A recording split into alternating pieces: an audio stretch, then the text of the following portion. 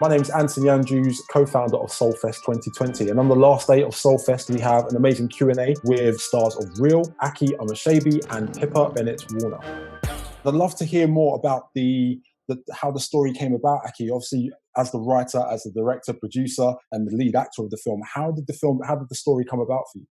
I guess in the UK, I've never really seen like a working class kind of black love story. It's always kind of affluent, like Notting Hill townhouses. Someone's a writer running towards an airport to try and stop their beloved getting on an airplane. So I just thought, what about a single mum wanting love? What about a guy who doesn't have a job wanting love? How do they navigate between their personal lives and forge into something new? I just wanted to tell an authentic story. Two black people trying to forge a relationship, which I don't really see in British cinema. And that's what I wanted to kind of talk about. And Pippa, what attracted you to this role and to the character of Jamie? Well, it was really the script. I mean, I knew Aki a bit socially. And I remember the first time I read it, I was like, oh my God, I've kind of been waiting to play a part like this. And there was just something about the kind of simplicity of two people finding each other and falling in love, which was just really seductive, actually. And also, you know, Aki's writing as well. But just that idea of watching these two people fall in love was something that I was really interested in. And also, you know, you have the factor of the little boy and this family that gets created by two people who, you know, quite randomly find each other. There was just something really pure in that. And so I would say the script. In a lot of movies, we see this romanticized love, which is not real life. And people watch these movies and like, oh, I want a relationship like that. And then they get a bit, I guess, annoyed when their love life is not going like the movies. And I just wanted to show something that they're all different kinds of love and it's not all bells and whistles. Love takes work. Mm-hmm. Most definitely. One of the things that I really admired about the film is that we learn slow bits about the character as the story progresses. And what I wanted to ask you both was how you started to craft those characters and build those characters. Well, I think so. When I normally do a job, the script becomes the Bible, and I kind of, you know, it's in bed with me. It's on my kitchen table. It's on the sofa. You know, it's in my bag every day. I don't part from it. And there was something about Jamie and the way that Aki had written Jamie that she came quite quickly off the page to me. She was just, the world was super clear. So I kind of knew the territory that I wanted to put her in. But then also you've got the thing of working with a child actor. So you've also got to factor that in as well, because you don't know what that chemistry is going to be. I mean, Aki and I, you know, knew each other. So there was already a working chemistry. But I would probably say one of the biggest challenges was slightly worrying if Tay, who plays my son in Real, if our connection would read. Because I think, would you agree, Aki, that's super important? Yes, really important. And with Tay, I remember with when I received his audition tape, it was just his eyes, and it was all in his eyes. And I knew from that moment that he was the right kid for that role. Mm. You could tell on screen that he was he was a giving and open actor, and I knew like him and Pippa's relationship, and I know Pippa like would complement each other. We shot it in like 12 days, so it was very important for that relationship to be key. And in terms of my character, before I guess we were on set, because we didn't have a table read or any rehearsals or anything like that. We just didn't have time. And so I had this idea of what my character should be. And then I remember doing a rehearsal of some lines with Pippa before going up. And I realized my character couldn't be who I thought he would be because of Pippa's take on Jamie. So in my eyes, Pippa kind of led the film, and I amended my character to make Jamie like him. Oh my God, I didn't know that. You didn't know that? No. Oh, yeah. Kyle before was this cocky, like cocksure kind of guy in my head. Yeah. That's super interesting. But I what I love is that the fact that you have the creative license to do it as the director, as the co-writer, as the producer. And I wanted to talk to you a little bit about that transition from being an actor all the way through to going behind the camera and this being your directorial debut. So I guess it's a double question in the sense of why was it important to make this your directorial debut, and then how was that transition for you, not only being in front of the camera but also behind the camera? Being an actor, sometimes you don't get the roles, or the roles aren't around. So I just wanted to be proactive, and I'm kind of that kind of person. I just can't be sitting around. And so, yeah, I just started writing. I just kind of pressed ahead with it. I didn't really think about it. I guess also, initially, I didn't want to produce and direct it, if I'm being honest with you. I just wanted to acting it. But because the budget was so small, I couldn't find anyone to produce it, being the main producer. And I had a director attached, but he dropped out a couple of weeks before.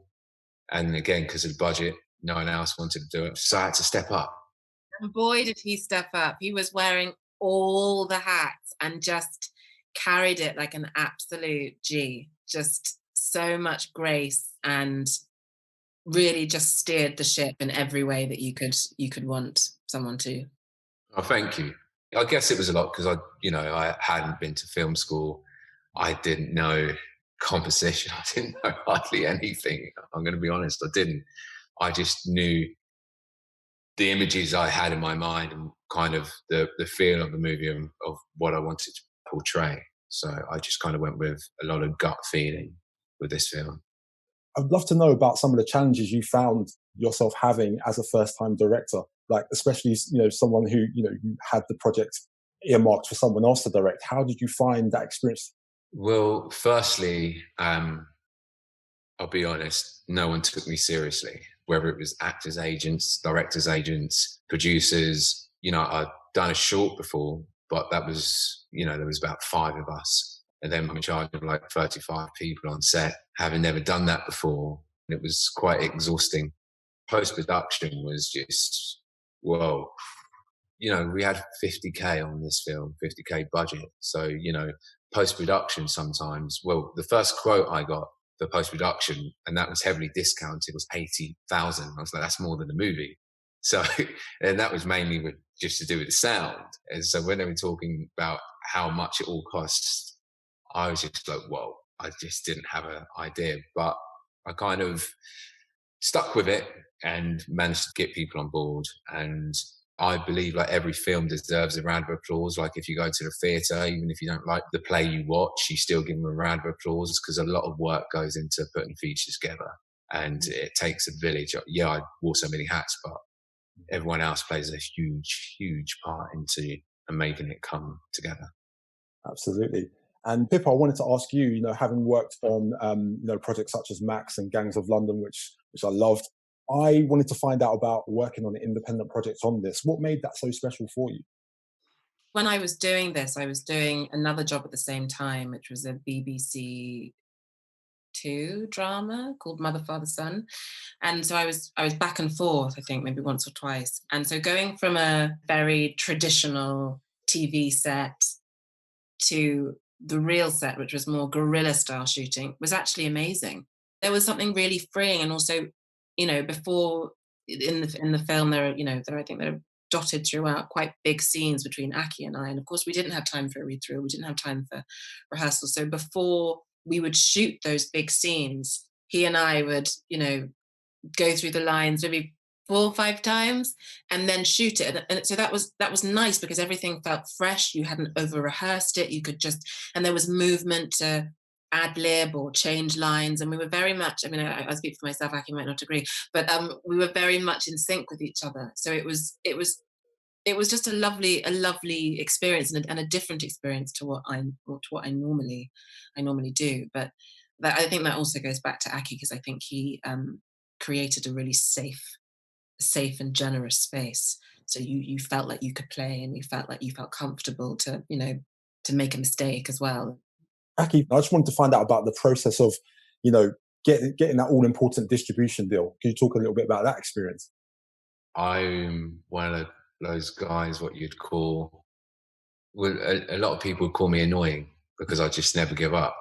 Again, I know a lot of films have sales agents, but I didn't know they kind of existed, as I was just an actor. So I just looked at loads of British films, looked at the distribution companies that have released small indies, and I knew Verve as well, and I kind of knew this would be a kind of film they would maybe get on board with. So I just kind of found out a couple of their emails and just hounded them and said, you need to watch this film. Then I made a short teaser of the film because I knew not many people had time to sit down for an hour and a half in front of their laptop to watch a whole film. This whole process, I didn't go the normal route. I just decided to knock on most of the back doors rather than the front doors, I guess. Definitely. Or kick down the back door, shall I say? Absolutely. Absolutely. And, obviously, two great performances. Now, I'm really interested around the actor-director dynamic and how that works. So I wonder if you could both tell me about how that dynamic evolved. Firstly, as a director, it was like the story is key, is king. It's more than my ego as an actor. So as the actor kind of in me took a step back, and because it weren't about me, it's about the story and it's about everyone else. So for me, the acting directing wasn't too bad for me because I guess if it felt right when I was acting, I was like, yeah, we got it. I didn't watch all my playbacks as long as like the DP was the framing, everyone was on their kind of A game in that shot, then I didn't need to watch it back because it didn't matter what I always looked like. It just mattered to me at that time what I felt inside.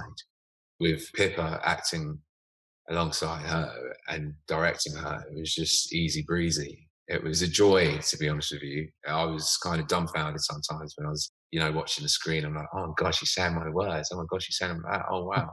So for me, it was amazing. Bringing something to life that a friend has really worked on and it's come from my friend's head, and now it's my responsibility to bring it off the page and turn the writing into a living, breathing 3D person.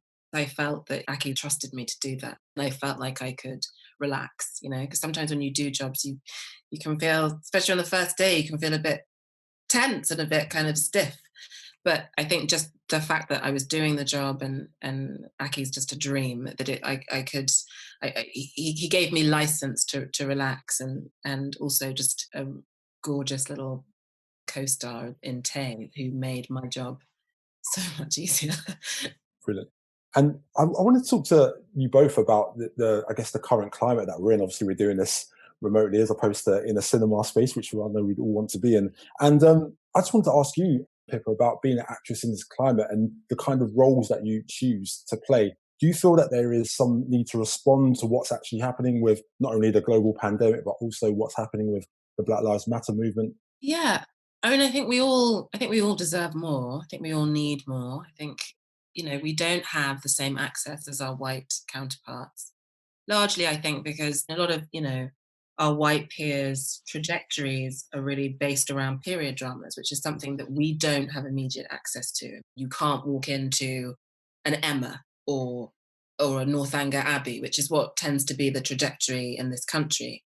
So I think, I feel a certain amount of responsibility as a Black woman. I don't really like to take parts that I think are derogatory to Black women. I feel that we don't need to see those parts all the time on the telly or film or whatever. So I'm quite selective about the stories I like to tell and the women that I like to portray. And I understand, not everybody's life experience is positive and you've got to have fair representation, all that sort of stuff. But I feel for myself, I like to play women that I would want to look up to, or I would want to be, or, my instinct has always been to take roles where I think it furthers the Black woman and doesn't bring her back. And Aki, if I could point a slightly different question to you in terms of the representation and the perception of Black men, I guess not necessarily being that invested in Black love. That's certainly a perception that can be perpetuated through society. How important was it for you to tell this story?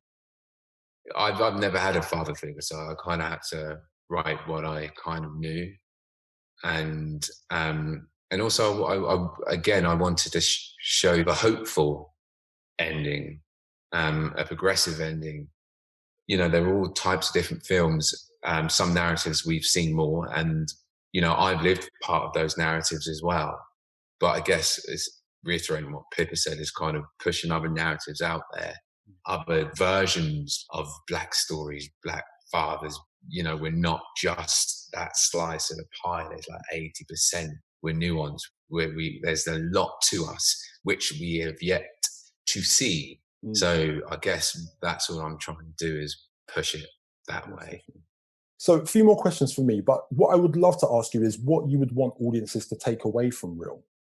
I would just love people to see that Black people fall in love with each other. We fall in love. You know, we're so underrepresented on screens of falling in love with each other, and I think I'd like them to take that away. And Black love should be celebrated. I echo that. And there are different types, like Black people.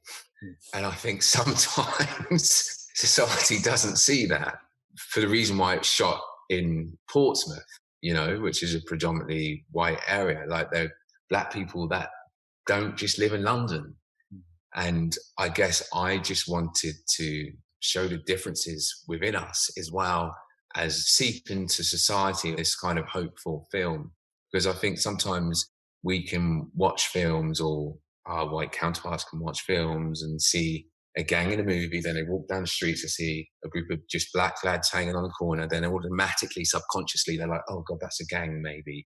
Like, we forget, like, art does seep into our subconscious and does affect society. So, yeah, I just wanted more of the good stuff as well. Yeah, definitely. And finally, before I let you guys go, what's next for you? What's next for you, Aki? Are we going to see more directorial efforts from you anytime soon?